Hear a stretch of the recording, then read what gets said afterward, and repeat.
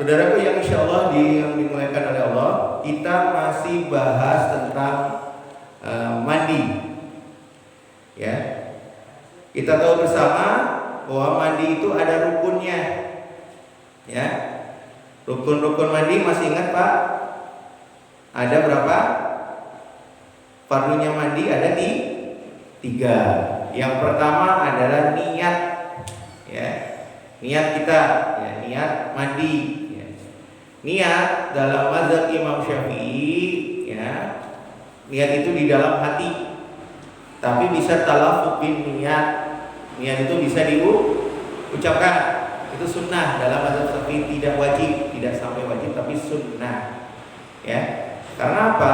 Ya, itulah para ulama membuat talaffuz bin niat dengan niat-niat tertentu, karena nanti berbeda Pak. Ya, niat itu ketika niat mandi wajibnya itu adalah haid, nifas, itu harus mengucapkan haid dan nifasnya, bukan hanya hadas akbar. Ya, makanya para ulama membuat talaffuz bin niat supaya kuat, yang menguatkan hati. Nah, itu bisa dipahami, kemarin kita bahas. Ya, yang kedua adalah wa izalatun najasi atau najasah, atau menghilangkan najis-najis yang ada di badan. Ya, jadi sebelum mandi Pak, kita harus menghilangkan dulu najis-najis yang ada di badan. Ya, itu harus dibersihkan. Dan yang ketiga, nah ini yang akan kita bahas hari ini, yaitu isadul ma'i ilal usulil sya'ri wal basyarati, yaitu mengalirkan air Pak sampai pokok-pokok rambut dan kulit. Jadi sampai pokok atau pangkal rambut dan kulit. Ya, jadi harus terkena, pori-pori itu harus terkena.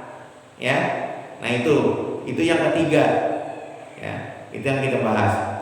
Jadi yajibul isti'abu badani bil ghusli sakron wa basharon. Jadi wajib Pak, ya, badan kita ini terkena air, ya, ya, rambut dan kulit sampai pangkal-pangkalnya. Oleh sebab itu, maka ketika mengguyur air ke badan-badan kita, ke rambut-rambut kita, ini rambut bukan hanya bagian atas Pak. Ya, ini jangan dibilang porno lagi nih. Ya, bukan rambut bagian atas, semua rambut yang ada di badan kita, di tangan, di kepala, di ketiak dan sebagainya, di kemaluan, ya, itu wajib terkena. Oleh sebab itu, maka nih, di dalam mazhab Imam Syafi'i, ketika mengguyur air itu tidak boleh menggunakan sabun atau sampo. Kenapa? Sampo dan sabun itu menghalangi air masuk ke dalam kulit dan pangkal rambut.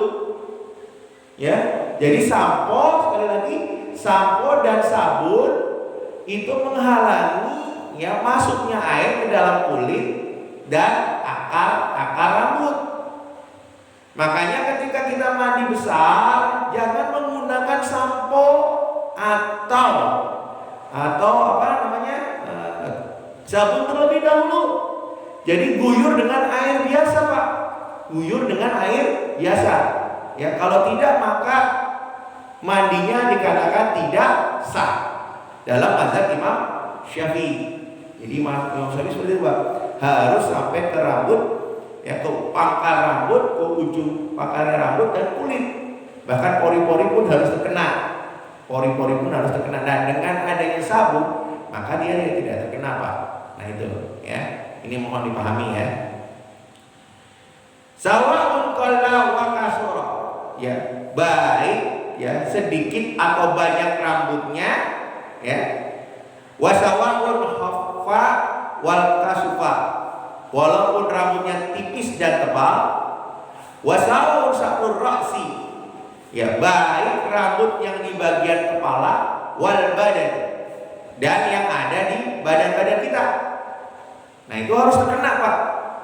Wasawun usulahu alma, ya, astal salamin.